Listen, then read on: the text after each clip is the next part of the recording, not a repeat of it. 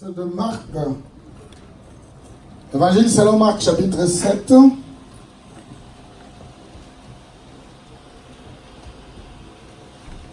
Je vais lire à partir du verset 31.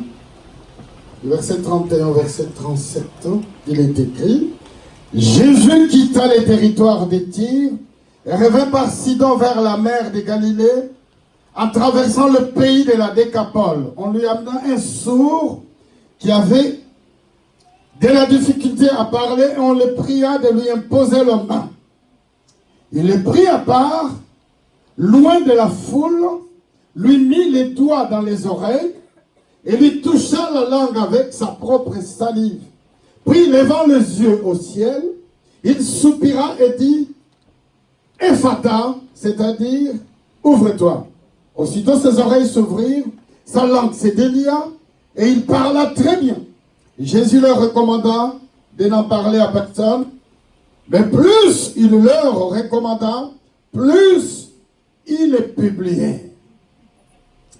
Ils étaient dans le plus grand étonnement et disaient: il fait tout à merveille. Même il fait entendre les sourds et parler les muets. Parole du Seigneur, nous prenons place. Ce midi, je voudrais encore revenir à parler de la construction. Pourquoi je dois parler de la construction? Parce que Dieu m'a dit que je parle.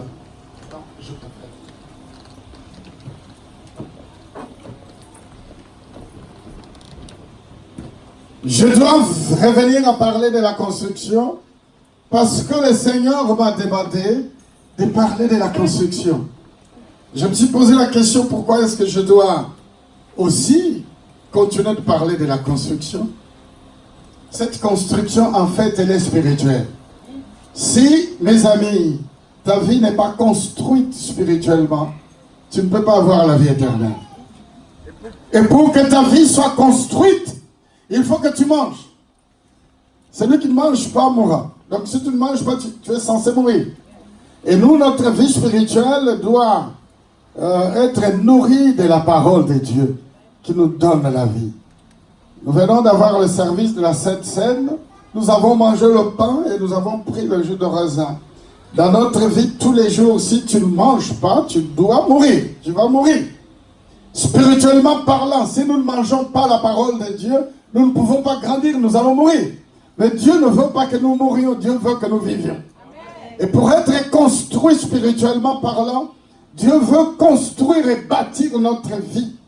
Voilà pourquoi permettez-moi de vous dire, mes amis, tous ceux qui sont présents ici dans ces lieux, nous sommes venus ici pour Jésus. Tu es venu ici pour Dieu, le Dieu Tout-Puissant. C'est ce Dieu-là, c'est lui qui a créé toutes choses. C'est lui qui a créé les choses visibles et les choses invisibles. C'est lui qui a créé l'univers. C'est lui qui a parlé dans ton cœur et qui t'a invité pour venir ici. Donc, Dieu veut construire ta vie spirituelle. Dieu veut que ta vie devienne un grand monument. Alors un bâtiment spirituel qui sera un bâtiment inébranlable, qui ne peut pas être touché et qui ne peut pas s'ébranler, qui ne peut pas tomber. Voilà la première grande information. La première grande nouveauté que j'ai à t'annoncer. Dieu veut que tu deviennes un grand immeuble spirituel. Dieu veut que tu deviennes une grande maison spirituelle. Mais une maison que l'on construit, ne parle pas. La maison se laisse construire. J'ai posé cette question tout au long de notre dernier barbecue géant que nous avons eu le dimanche passé pour ceux qui étaient présents. Gloire à Dieu. Merci Seigneur. Alors, les moments de communion fraternelle sont aussi faits pour échanger. Je ne sais pas si toi tu as échangé. En tout cas, moi j'ai eu l'occasion d'échanger avec quelques personnes et je n'ai posé qu'une seule question.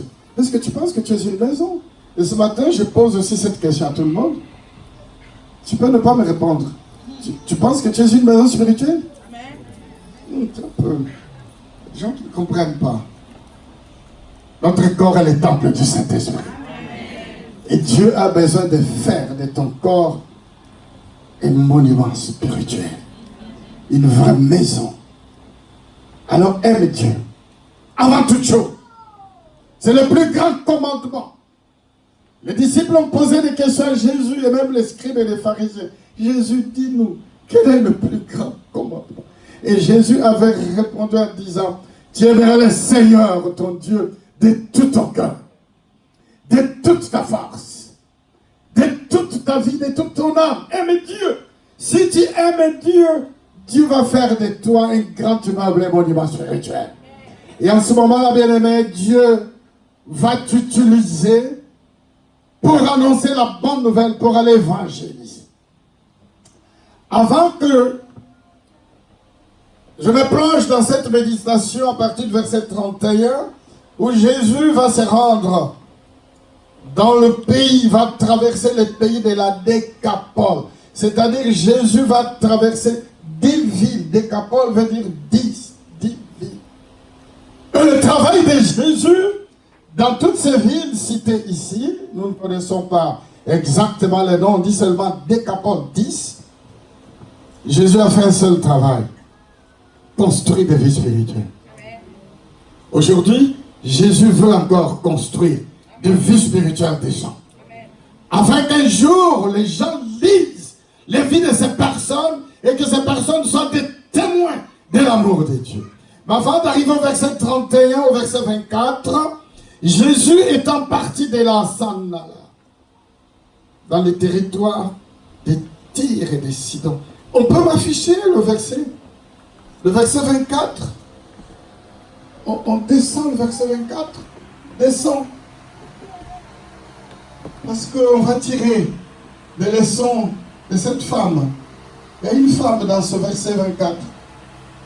Jésus part de Sidon, de Tyr et de Sidon. Et il rentra dans une maison. Et Jésus ne voulait pas que l'on sache qu'il était là. Mais une femme avait quand même remarqué que Jésus le guérisseur était là. Jésus le sauveur était là. Jésus le roi des rois était là. Et moi je suis content ce matin ce midi parce que Jésus est là. Amen. Il est écrit qu'il n'a pas changé. Il est toujours le même. Hier, aujourd'hui et éternellement. Mes amis, quand Jésus va rentrer, il voulait être caché, mais il ne peut pas rester caché, car une femme dont la fille était possédée d'un esprit impur, entendit parler de lui et vint se jeter à ses pieds. Jésus dans sa mission salvatrice, Jésus dans le travail qu'il avait, de sillonner le monde, d'aller de lieu en lieu, ne faisant que du bien, il arrive à Sidon et Tyr, il rentre dans une maison, comme aujourd'hui, Jésus est rentré ici. Amen. À ce moment où je parle, Jésus est là. Amen. Alors, Jésus ne voulait pas que l'on sache, mais puisque Jésus était celui qui faisait des miracles, comme encore ce matin, il n'a pas changé, Jésus fait toujours des miracles. Amen. Et Jésus, ce matin, il va faire des miracles.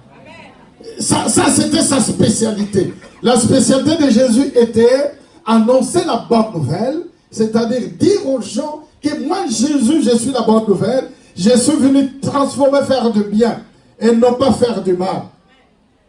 Notre travail, c'est de faire du bien. Tout ce que nous sommes censés faire, c'est faire du bien. Quand tu fais quelque chose qui est contraire à faire du bien, donc tu ne fais pas la volonté de Dieu. Est-ce que je m'adresse à quelqu'un? Tout ce que nous devons faire, c'est faire du bien. Si tu ne fais pas du bien, tu fais du mal, donc tu ne fais pas la volonté de Dieu. Le travail de Jésus était de faire du bien. Il arrive, après avoir traversé Tyr et Sidon, il rentre dans une maison. Il dit, non, j'ai envie de me cacher. Mais comme il était un faiseur de bien. Moi, quand je vais quelque part, c'est pour faire du bien. Amen. Ce n'est pas pour faire du mal. Quand tu te rends quelque part, fais du bien. Quand tu rencontres quelqu'un, fais du bien. Oh, je m'adresse à quelqu'un. Quand tu es au téléphone, fais du bien. Quand tu rentres dans les réseaux sociaux, fais du bien. Quel fond des réseaux sociaux aujourd'hui. Il y a des gens qui sont même à l'intérieur de l'église, ils sont en train de naviguer sur les réseaux sociaux. Fais du bien. Ne fais pas du mal. Jésus, il rentre dans cette maison pour faire du bien. Alors, il y avait une femme dont la fille était possédée d'un esprit impur, et la fille était possédée. Et la femme, la maman de cette fille, avait déjà entendu parler de Jésus, qui fait du bien, qui délivre. Et cette femme vient, elle se jette aux pieds de Jésus. Alors une discussion va s'engager. C'est beau ça. Moi j'aime les histoires de la Bible. La femme était grecque, syro-phénicienne d'origine. Comme ce matin, nous avons tous des origines, n'est-ce pas? Il y a des Antillais qui sont ici. La maman est de la Martinique. Le papa est de la Guadeloupe. N'est-ce pas? Oui. Il y a des Français qui sont ici. Le papa est d'origine hollandaise. Et la maman est gaulois, je ne sais pas. Ou le papa est d'origine africaine. Et puis la maman est, je ne sais pas, est d'où. Plusieurs origines ici. Même moi, j'ai aussi mes origines. Plusieurs origines. En Afrique, c'est encore pire parce que nous avons des clans et des tribus. Le papa est de la tribu telle, la maman est du clan tel. Et je vous rappelle que spirituellement parlant, toutes ces origines ont des grandes implications et d'ailleurs des influences dans notre vie d'aujourd'hui. Notre origine nous rattrape, quoi qu'il arrive. Heureusement que nous avons le sang de Jésus qui efface toutes nos origines. Mais alors il faut y être, le deux pieds et le deux mains, les deux oreilles, les deux yeux, plongés complètement en Jésus. En ce moment-là, tu vas oublier toutes tes anciennes origines. Désormais, pour ne porter qu'un seul nom, le nom d'un enfant de Dieu, en Christ Jésus. Cette femme avait une vie complètement compliquée, un passé lourd parce que cette femme était d'origine grecque, syro-phénicienne. Mais cette femme va prier Jésus. Elle va dire, mais Jésus, guéris mon enfant, guéris ma fille, parce qu'elle a un démon.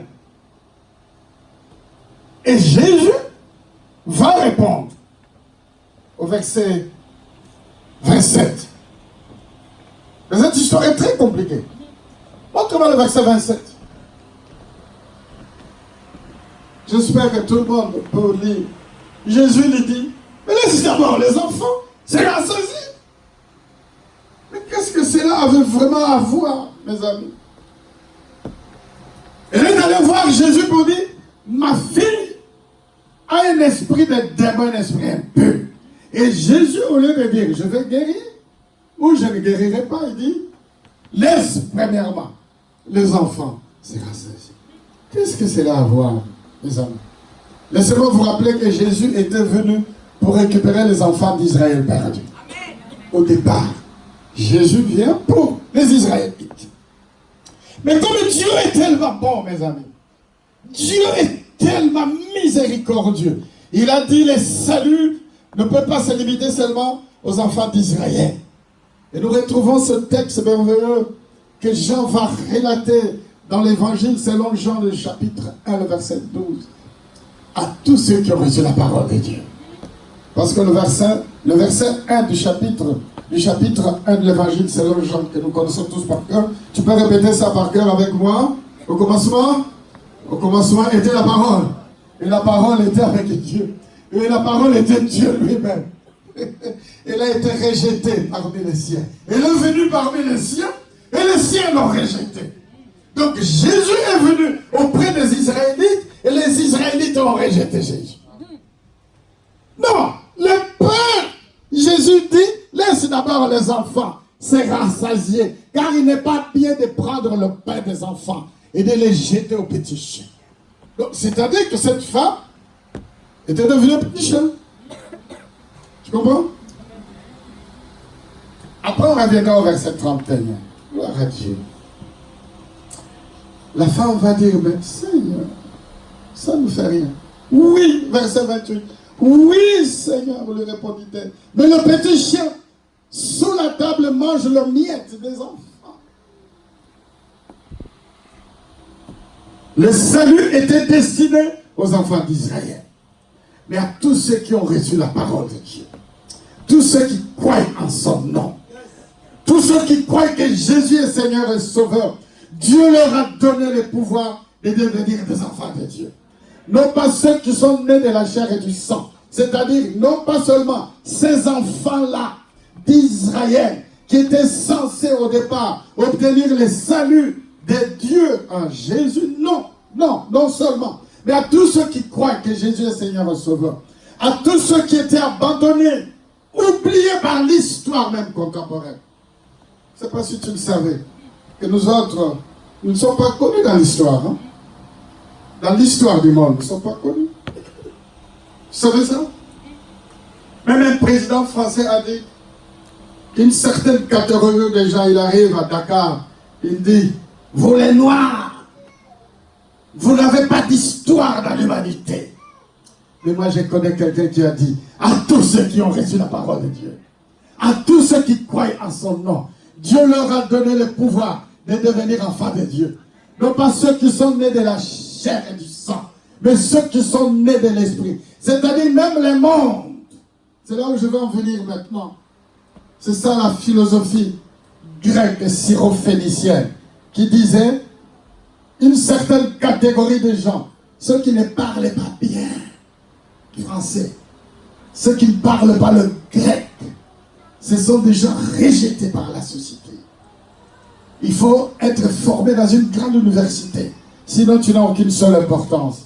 La plus grande université, c'est l'université de genoux. Amen.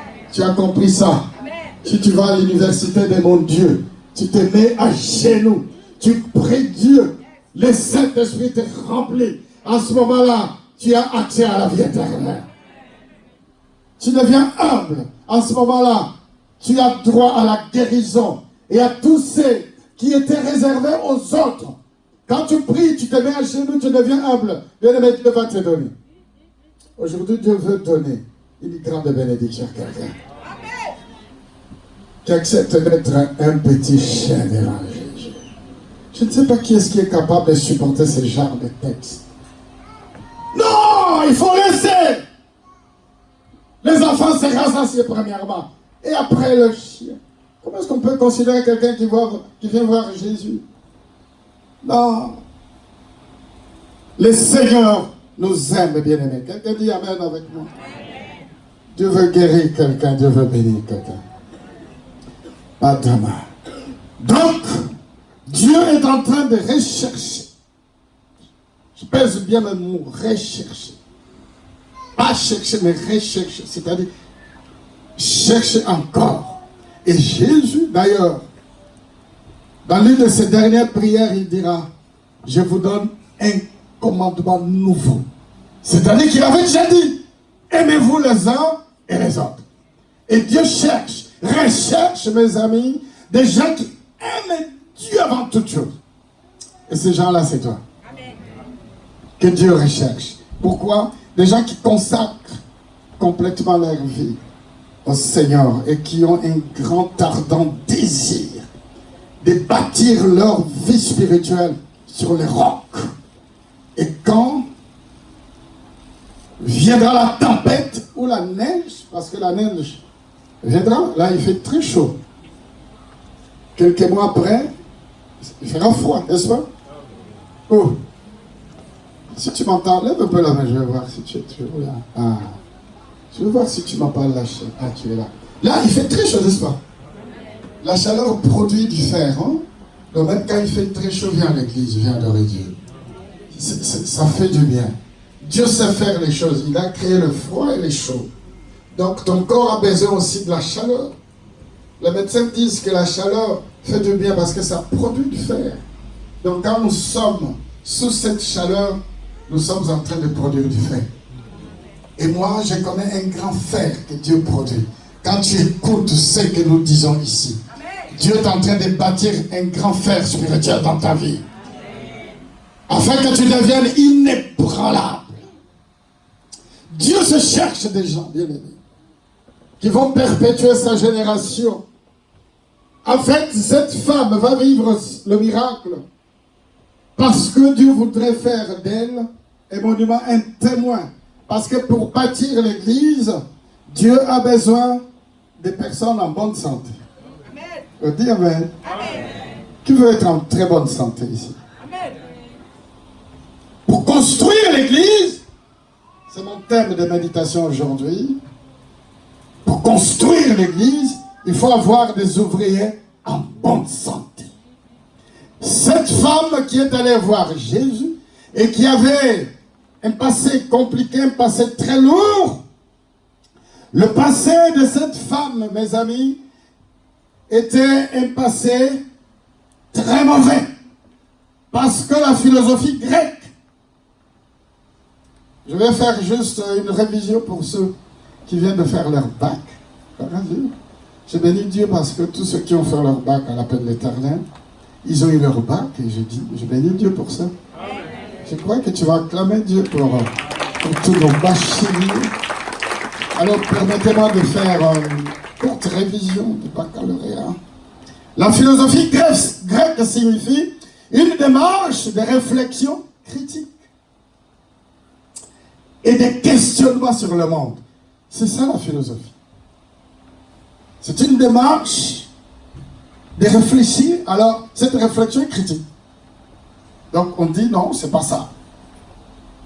Démarche de réflexion critique et de questionnement sur le monde. Donc, la philosophie dit non, le monde existe parce qu'il y avait une éclosion un jour, il y a un bouleversement de ceci et de cela. La science trouve plusieurs mots pour nous montrer ce qui existe. Alors que tout ce qui existe est la création de Dieu. Regarde, tu dis pas amen. Moi je dis amen. Tout ce que nous voyons est l'œuvre de Dieu. C'est Dieu qui l'a créé. Mais la philosophie ne dit pas ça. La philosophie grecque ne dit pas ça. La philosophie grecque dit que c'est une démarche de réflexion critique et de questionnement sur le monde, sur la connaissance et l'existence même humaine. C'est tout le contraire de la foi. Nous croyons par la foi que Dieu existe. Nous croyons que c'est Dieu qui a créé l'homme à son image, par la foi. Et c'est par la foi aussi que nous croyons que les rivières, les monstres marins ont été créés par Dieu. Et c'est par la foi que nous croyons que Jésus était venu pour montrer le chemin à l'homme et Jésus revient bientôt pour venir nous chercher. Parce que quoi bon de croire? Nous croyons tout par la foi. Nous croyons que Dieu existe par la foi. Et nous croyons que Dieu est esprit. Et là où je parle, je crois que Dieu est présent ici. Dieu est présent et veut nous faire du bien par la foi. C'est-à-dire que le passé historique de cette femme était lourd de conséquences, ne pas croire. Tout sauf ne pas croire en Dieu. Mais quand elle a entendu parler de Jésus, qui guérit les malades, qui purifie les lépreux, qui ressuscite les morts, qui multiplie le pain et les poissons pour des milliers de personnes, 5 pains et 2 poissons avaient été multipliés et 5000 hommes, sans compter les femmes et les enfants, avaient mangé. Elle a dit, ma fille qui a un esprit impur, si je me présente auprès de lui, il va guérir ma fille. Quelqu'un dit amen? C'est-à-dire que cette femme a oublié complètement son passé lourd, en se disant non, je me présenterai auprès de lui, je lui demanderai de guérir ma fille, et il le guérira. Sauf que Jésus va dire non, la guérison est réservée seulement aux enfants. Et la femme dit non, moi je veux bien que tu pries aussi. Laisse d'abord les enfants, la réponse de Jésus sera saisie.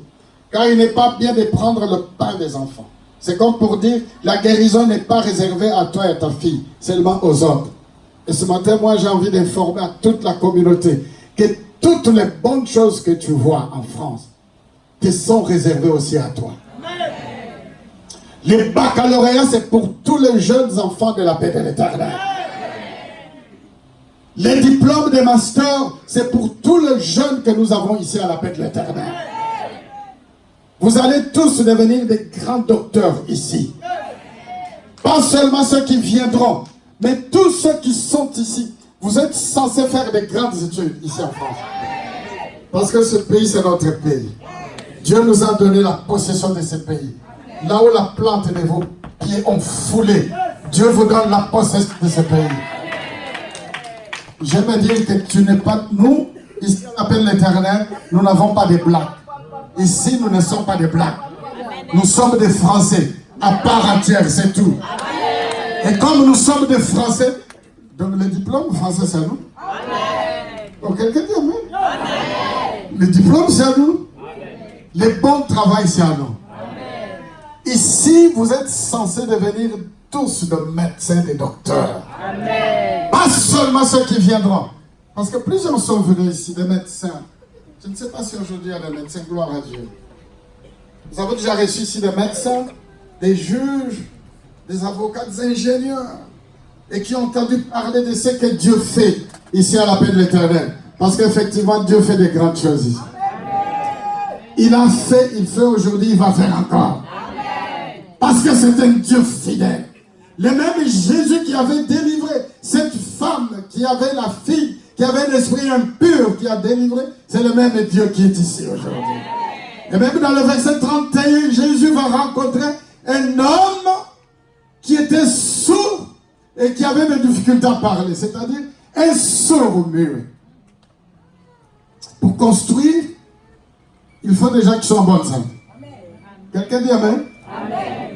Il faut que la communication soit fluide entre nous. Nous sommes en train de construire. Les maçons, les plombiers, les électriciens, le peintre. Nous sommes en train de bosser pour bâtir cette église et nous sommes obligés de parler. Oh, il faut qu'on parle là. Et il faut qu'il y ait la communication. Comment est-ce qu'on va bâtir l'église et puis il y a des sourds, il y a des muets? Il faut que la communication passe. Comment est-ce que nous allons bâtir cette église, mais il y a des gens qui ont des enfants qui sont possédés? Ce n'est pas possible. Dieu veut guérir, mes amis.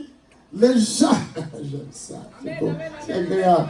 Si tu es un membre de famille qui a un esprit impur, moi je veux prier et Dieu va guérir. Je suis là debout aujourd'hui pour vous dire, je vais lever ma main et je prierai pour quelqu'un qui est malade. Et l'esprit impur, c'est une maladie. Le péché, c'est une maladie. Le Seigneur m'a révélé quelques maladies. Peut-être tu te dis, ben, moi je ne suis pas malade. Tu vas prier pour moi pour quelle maladie? Tous ceux qui sont des incrédules, je prierai et Dieu va te bénir. Tous ceux qui sont en train de vautrer dans le péché, je prierai, c'est une maladie, Dieu va guérir. Les orgueilleux, je prierai, Dieu va guérir. Ceux qui sont dans l'injustice, il y en a. Les gens qui vivent dans l'injustice. Dieu va bénir. Alors cette femme, mes amis, va faire une démarche. Elle arrive, elle va se jeter aux pieds de Jésus. C'est-à-dire que cette femme a oublié qu'elle était une femme grecque syrophénicienne. Elle était une femme d'une haute société. Parce qu'en fait, c'est cette philosophie qui a influencé notre société d'aujourd'hui. Que les gens ne croient plus. Aujourd'hui, quand on va voir des Français, on va dans la rue, on va à Châtelet, on va prêcher, on distribue les prospectus, les gens disent, mais Dieu est injuste, Dieu n'existe pas, sinon il n'y aurait pas d'enfants qui meurent. Ce n'est pas Dieu qui tue les gens. Ce sont des hommes qui tuent et qui pratiquent l'injustice. Mais si nous revenons vers Dieu, Dieu va bénir, Dieu va guérir. Et d'ailleurs, Dieu va rétablir l'ordre. Au retour imminent de Jésus, Dieu va rétablir tout ce qui est désordre aujourd'hui. Et ce Jésus-là revient bientôt. Nous croyons par la foi que Dieu existe et Dieu veut bénir son peuple. Donc, notre mission consiste, mes amis, d'aller partout et d'annoncer la bonne nouvelle. Dire que Jésus est Seigneur et Sauveur. Dire que Jésus revient bientôt. Mais il va falloir que nous-mêmes nous soyons déjà sauvés. Et à ce moment-là, Dieu nous bénira. Si tu crois comme cette femme, Dieu va te guérir, bien-aimé, quelle que soit ta maladie. Quelle maladie? Je viens de les citer. Cette femme avait la foi. Alors plusieurs étapes vont jalonner la délivrance de cette femme. Premièrement, cette femme avait reconnu la Seigneurie de Jésus. Aujourd'hui, si tu crois, mes amis, que Jésus est Seigneur et Sauveur, qu'il est le roi des rois, qu'il n'y a pas plus puissant que Jésus, Dieu va te guérir. La religion chrétienne est la religion la plus bonne, la plus meilleure, la plus importante. Parce que dans cette religion, nous avons un seul Seigneur, Jésus. Et notre Seigneur est mort et il est ressuscité. Et il est assis à la droite du Père, où il intercède pour nous. Et il nous a envoyé le Saint-Esprit afin de nous rappeler toutes les promesses de Dieu. Tout ce que lui nous a dit. Voilà pourquoi je dis, bien aimé, nous avons la grâce d'appartenir à Jésus. Et ce matin, si tu crois que Jésus est Seigneur et Sauveur, Dieu te bénira. À notre premier culte, j'ai développé le verbe croire. En grec, c'est pistéo. Pistéo. Et pistéo a été mal traduit. Parce qu'en réalité, ce verbe signifie avoir le crédit. Avoir le crédit, c'est avoir de l'argent. Quelqu'un dit amen? Et j'aime bien en portugais parce que c'est dit en portugais acredito. Eu acredito. Eu tenho crédit. Je crois que je le crédit. Quel crédit nous avons, bien aimé? Nous avons le crédit que Jésus était monté sur la croix pour notre salut. Voilà notre grand crédit. Donc c'est comme quelqu'un qui a reçu le crédit de 100 millions d'euros et puis tu ne rembourses plus rien. Voilà notre foi, bien aimé. Donc cette femme se disait, je reconnais que Jésus est Seigneur et Sauveur, lui seul est capable de délivrer ma fille. Elle a fait la démarche. Elle a reconnu la Seigneurie de Jésus et puis elle a abandonné ce péché. Deuxième point.